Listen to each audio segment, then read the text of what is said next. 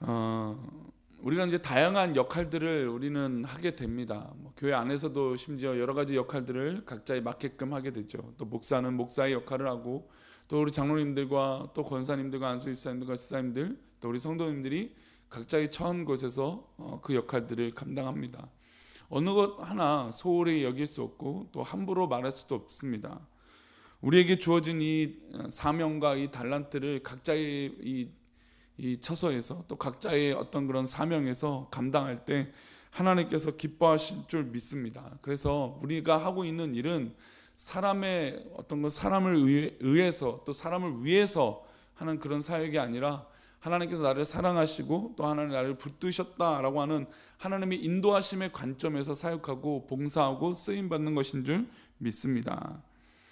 참 인간적으로 보면 참 목사의 마음이 무겁고 참 감사도 하지만 참 이 어깨 무거움도 있습니다. 이렇게 사랑하는 성도들이 이른 새벽부터 우리 교회를 사랑하는 이 고백의 모습을 볼 때 이거는 정말 어떤 한 사람의 어떤 의해서가 아니라 모두 다 우리 교회가 바로 우리 것이다, 또 우리 모든 성도들의 것이다라고, 또 우리 이 교회가 하나님의 것이다라고 고백되어지는 이 모습이 참으로 귀하고 복이 되는 줄 믿습니다. 그래서 하나님께서 주신 나에게 맡겨진 그 사명과 사역들을 각자의 처소에서 각자의 직분에서 각자의 달란트를 가지고 쓰임받는 은혜가 우리 사랑하는 성도들 가운데 있기를 축복합니다. 그런 달란트를 감당하는 것이 바로 직무죠. 나에게 있는 직분입니다. 특별히 오늘 본문에는 레위 자손에 대한 직무에 대한 이야기가 나옵니다. 레위 자손의 직무는 하나님의 성전 안에 또 성전 바깥에 있는 하나님의 모든 일을 관리하고 맡고 있었던 이 제사장, 또 대제사장, 또 구별된 레위인으로 하나님 앞에 쓰임 받게 됩니다. 하나님께서는 광야 시절에 아론의 자손들에게 성전의 일을 맡아줄 것을 명령하셨죠. 아론의 아들들은 4명이 있었습니다. 방금 1절을 보니까 나답과 아비후와 엘르아살과 이다말이 있었습니다. 4명의 아들 중에 우선 나답과 아비후는 광야에서 이 성전불을 잘못 올렸다가, 향불을 잘못 올렸다가 둘 다 이 지성소에서, 성소에서 모두 죽게 되죠. 그러나 이 나답과 아비후 이후에 엘르아살과 이다말이 그 사역들을 이어서 이 제사장, 특별히 이 대제사장의 직분들을 감당하게 됩니다. 본문 1절과 2절인데요. 우리 다시 한번 1절과 2절을 읽어보겠습니다. 아론의 자손의 계열들은 이러하니라. 아론의 아들들은 나답과 아비후와 엘르아살과 이다말이라. 나답과 아비후가 그들의 아버지보다 먼저 죽고 그들에게 아들이 없으므로 엘르아살과 이다말이 제사장의 직분을 행하였더라. 그러니까 형제가 원래는 법적으로 그 일들을 감당하는 것이 아니라 나답과 아비후가 잘못된 향불을 올렸다 죽었다면 그의 자녀들이 그 일을 이어서 해야 되는데 마침 그들에게 자식이 없었습니다. 그래서 엘르아살과 이다말이 셋째와 넷째가 바로 이 제사장의 직분을 감당하게 됩니다. 이렇게 해서 제사장의 계열이 광야 시절부터 엘르아살과 이다말로 쭉 이어지게 됩니다. 이제 다윗 시절에 와서는 이 엘르아살 가문에서는 사독이라고 하는, 그래서 우리 열왕기나 이렇게 또 역대상을 읽다 보면 이 사독이라고 하는 이름이 이제 종종 등장하는 것을 볼 수 있습니다. 그만큼 이제 다윗 시절에 이 제사장의 직분을 잘 수행하고 그런 중요한 역할을 했던 사람이 바로 사독이라는 사람이죠. 그 엘르아살 가문에서 이 사독이 나오게 되는데 이 사독이 제사장 직분을 감당하게 됩니다. 또 이다말 가문, 막내 가문은 아히멜렉이라고 하는 제사장 일을 하고 있었습니다. 아히멜렉은 아시다시피 이 다윗이 도망할 때 결정적인 도움을 주는 제사장이죠. 다윗이 먹을 것이 없어서 또 위협이 있어서 이 골리앗의 칼과 어떤 먹을 것이 필요했는데 이 아히멜렉이 다윗이 이 성소에 들어왔을 때 먹을 것을 주고 그리고 골리앗의 칼을 주든 이런 역할들을 하게 됩니다. 귀한 이 가문의 이 사역들을 감당하면서 다윗과 어떤 다윗 왕이 있지만 이 제사장으로서 이 제사장 직분을 감당하는 이 둘이 또 이 관계가 정말 잘 어우러져서 그런 사역들을 감당하고 있었다는 것입니다. 근데 만약에 그럴 수 있죠. 왜냐하면 중세 시대도 보면 왕이 있고 이제 소위 말하는 이제 교황, 있었을 때 유럽의 중세는 이 교황, 이 제사장권이라고 하는 신권과 왕권이라고 하는 인권에 대해서 정치적 충돌이 일으켜야 됩니다. 그래서 왕권이 드실 때는 제사장의 이 힘이 이루어지게 되고, 제사장이 이 교황의 힘이 커지면 왕권이 낮아지는 일들을 이 유럽 역사 가운데 보여지게 됩니다. 즉 이 제사장도 영향력을 끼친다면 엄청난 영향력을 끼치죠. 사실은 사울 왕과 다윗 왕 이전에 누가 영향을 미쳤습니까? 엘리라고 하는 제사장입니다. 그때는 왕이 없었죠. 왕이 없었을 때는 제사장이요 선지자요 모든 역할을 감당했습니다. 그것이 익숙했던 사람들이 바로 이스라엘 민족이죠. 그런데 오늘 이 본문을 자세히 보시면 다윗이 왕, 물론 사울 왕이 왕이 되어서 되지만 그때는 이제 암흑기라고, 영적인 암흑기라고 본다면 다윗은 이 법궤를 회복하고 영적인 회복들이 일어나는데 이 제사장과의 어떤 그런 균형, 또 그런 사역들을 감당하는데 균형을 이뤘다는 것을 볼 수 있습니다. 이게 참 중요하죠.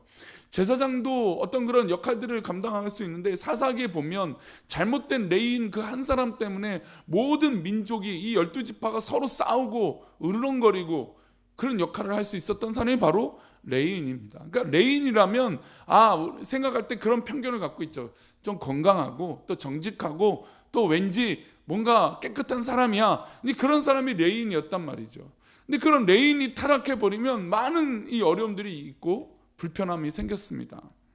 근데 다윗은 이 왕위에 오르고 나서 또 그런 사역들을 감당하고 또 솔로몬 이후에도 마찬가지지만 이 제사장과 레위인들과의 관계 가운데 철저하게 그들의 사역을 존중하고 그들에게 어떤 그런 역할들을 잘 했던 것을 볼 수 있습니다.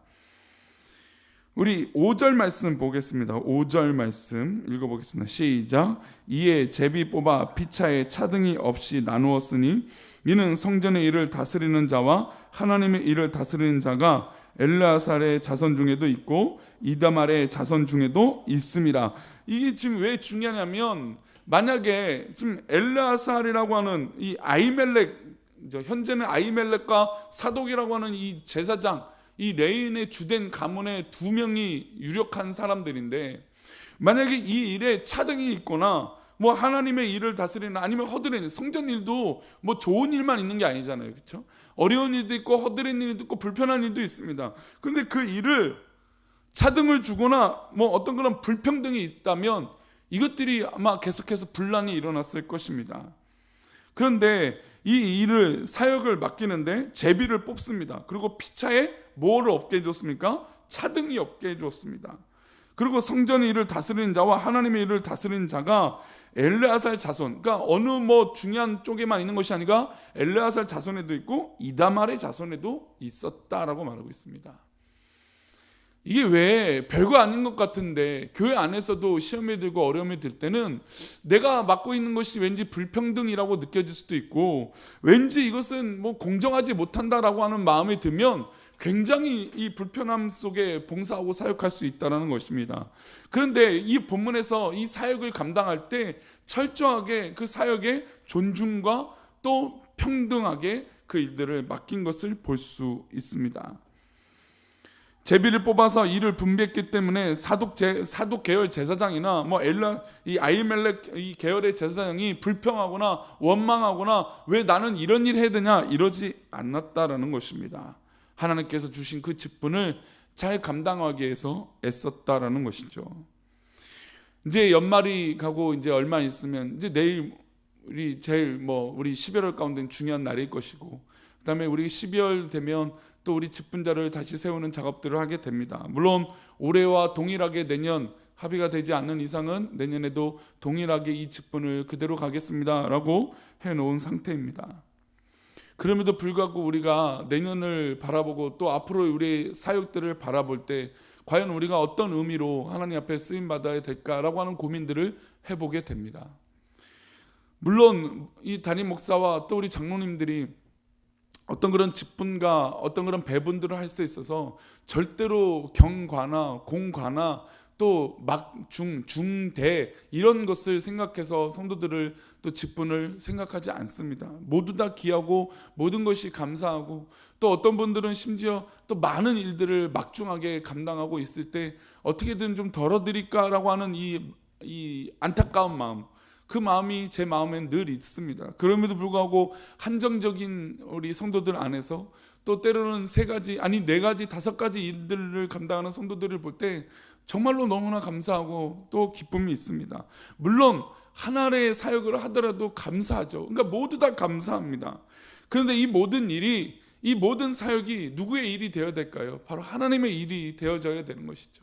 하나님의 사명이고 하나님께서 맡겨진 나의 달란트고 사역이라고 믿고 고백되어질 때 때로는 우리가 힘들고 불편하고 어려움이 있었지만 그 일들이 하나님의 일이기 때문에 불평등하고 불편하고 괴로운 것이 아니라 감사함으로 그 사역들을 감당하는 귀한 역사들을 이뤄내는 우리 사랑하는 성도님 되시기를 축복합니다. 사독계열 제사장은 아도니아라고 하는 이것이 반란을 일으킨 적이 있습니다. 근데 정치적 행동에 가담하지 않아요.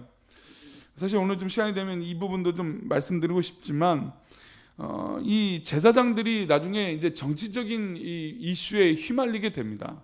그러니까 즉 목회자가 정치적인 이슈에 휘말리게 되죠. 근데 그것은 결코 하나님 앞에 좋아 보이는 일은 아니었습니다.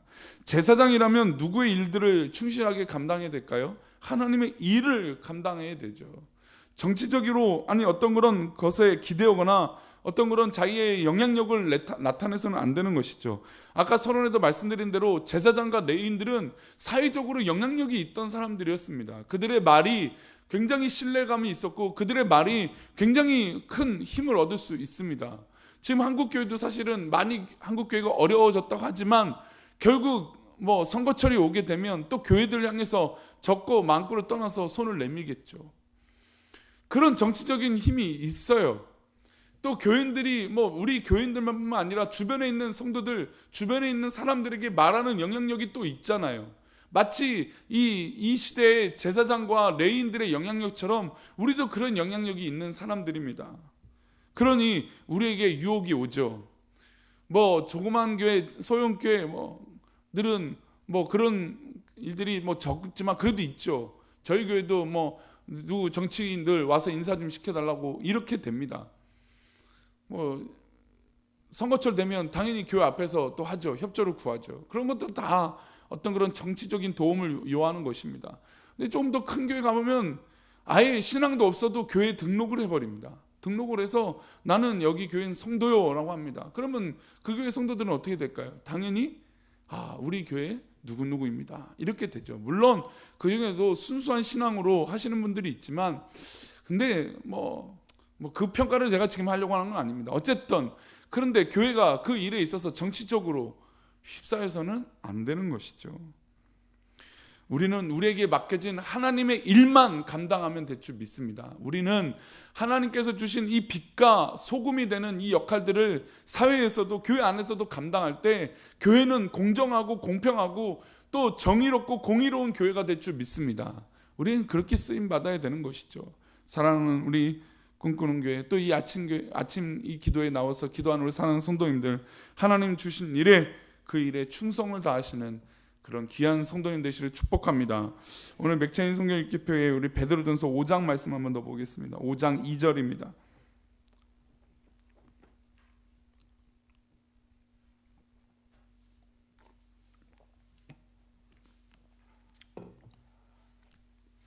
베드로전서 5장 2절인데요.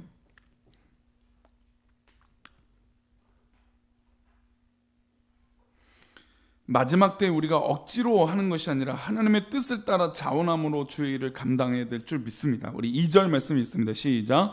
너희 중에 있는 하나님의 양 무리를 치되 억지로 하지 말고 하나님의 뜻을 따라 자원함으로 하며 더러운 이득을 위하여 하지 말고 기꺼이 하며. 참으로 이 아주 직설적인 표현이죠. 더러운 이득을 하지 말고 기꺼이 하라. 우리가 하고 있는 봉사가 어떤 이득을 얻기 위해서 하는 봉사라면 거기서 즉각 멈춰야 됩니다. 우리가 하고 있는 이 봉사와 사역은 주의 일을 위하여 기꺼이 자원함으로 하는 기쁨의 사역인 줄 믿습니다. 목회자도 마찬가지죠. 하나님이 양무리를 치되 억지로 하면 티가 납니다. 목회자도 마찬가지죠. 그래서 우리는 어떤 자세를 가져야 될까요? 우리 3절과 4절인데요. 우리 2절 말씀만 보고 마치겠습니다. 시작. 맡은 자들에게 주장하는 자세를 하지 말고 양 무리의 본이 되라.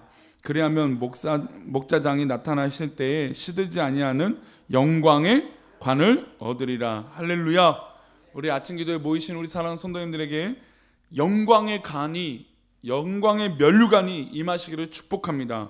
그것은 내가 쓰려고 해서 써지는 것이 아니라 우리 주님께서 우리에게 주시는, 기꺼이 기쁨으로 주시는 귀한 면류관인 줄 믿습니다. 그래서 우리는 즐거이 자원하는 마음으로 양무리의 본이 되는 거예요. 이 목사도 양무리의 본이 되고, 목자의 마음으로 우리 성도님들도 주변에 있는 성도들을 그렇게 품는 것이에요. 내 주장하는 자세를 갖고 있는 것이 아니라 본이 되는 것이에요. 그리하면 우리 예수 그리스도께 나타나실 때 시들지 아니하는 영광의 관을 주신다는 것이죠. 우리가 사람에게 인정받는 게 참 중요합니다. 저도 사람에게 인정받는 거 좋아해요. 어떻게 사람에게 인정받지 않는 것을 좋아하는 사람이 어디 있겠어요? 누구나 인정받고, 누구나 칭찬받고, 누구나 그래 라고 하는 격려의 말을 듣고 싶은 게 다 사람들의 본심입니다. 그런데 그 격려와 칭찬과 인정과 어떤 것 세워짐을 받는 그것을 우리가 취하는 것이 아니라, 우리는 양 무리의 목자의 마음으로 본이 되는 사역을 하는 그런 사람이 되어야 될 줄 믿습니다. 사랑하는 성도님들, 그러기 위해서 우리 기꺼이 오늘 또 내일 또 우리 교회를 위하여 자원함으로 하나님 앞에 승리하는 우리 귀한 사랑하는 성도님 되시기를 축복합니다. 기도하겠습니다. 하나님,